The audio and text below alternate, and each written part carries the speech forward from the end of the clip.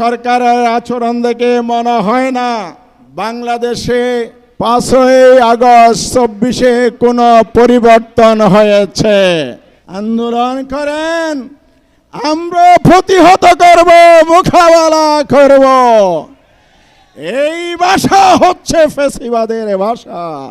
হাসিনার সরকার ছিল গণবিরোধী সরকার, আর বর্তমান সরকারও গণবিরোধীর খেতাব অর্জন করতে যাচ্ছে।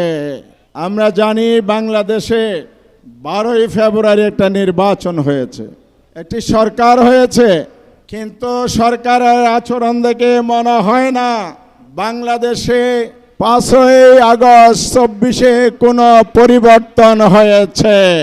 সরকারের আচরণ দেখে মনে হয় না শেখ হাসিনা ভারত পালিয়ে গেছে, ফ্যাসিবাদের পতন হয়েছে, নতুন সরকার গঠিত হয়েছে, এটা মনে হয় না। কারণ হাসিনার সরকার ছিল গণবিরোধী সরকার, আর বর্তমান সরকারও জনগণের বিরুদ্ধে অবস্থান নিয়েছে, গণবিরোধীর খেতাব অর্জন করতে যাচ্ছে। এই জন্য গণভোটের গণরায় বাস্তবায়ন করে নাই। এই জন্য জ্বালানির সংকট, দ্রব্যমূল্যের ঊর্ধ্বগতি, দুর্নীতি, চাঁদাবাজি, খুন খারাপি অব্যাহত রেখেছে। এই জন্য আজকে বাংলাদেশের মানুষের স্বাধীনতা হরণ করছে। বাংলাদেশের সংবিধান, পার্লামেন্টে ওনারা জিকির করেন, তসবিহ পড়েন, সংবিধান সংবিধান সংবিধান।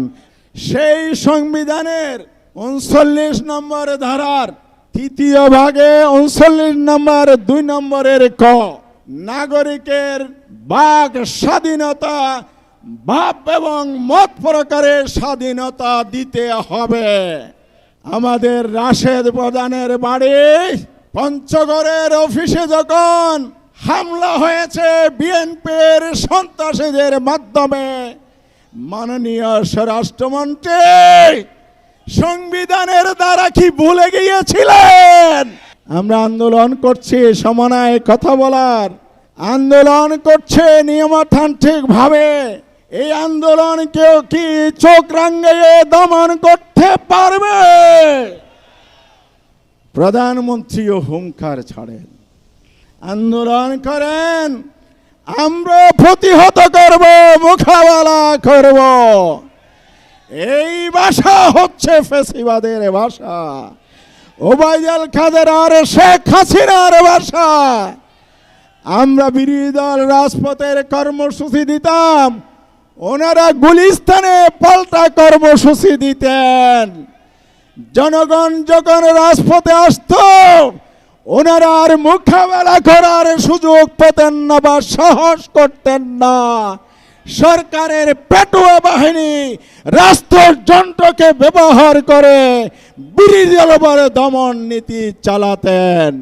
বাংলার জনগণ ঐক্যবদ্ধ, ফ্যাসিবাদের আমলের মতো রাজপথে যদি মোকাবেলা করতে আসেন, এই জনগণ তার বিরুদ্ধে প্রতিরোধ করবে, দাবি আদায় করবে ইনশাআল্লাহ।